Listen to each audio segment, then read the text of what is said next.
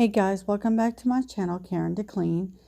I am in the kitchen and I'm doing one of those late night clean with me type of videos. That's usually when I do my kitchen kind of late at night because everybody's settled down in bed and everything like that. So that's when I do the majority of my cleaning, especially in my kitchen. So anyway, basically what I'm going to be doing is I'm going to be rinsing off the dishes to put them in the dishwasher, hand washing some dishes, and, cleaning off the counter, sweeping and mopping, just the normal thing in the kitchen. Anyway, I hope it's motivating to you, and I hope it gets you up where you want to clean your kitchen as well. Anyway, just sit back and relax and watch me clean, or get up with me and clean your kitchen or your home with me. Anyway, I will talk to you guys a little bit later in the video.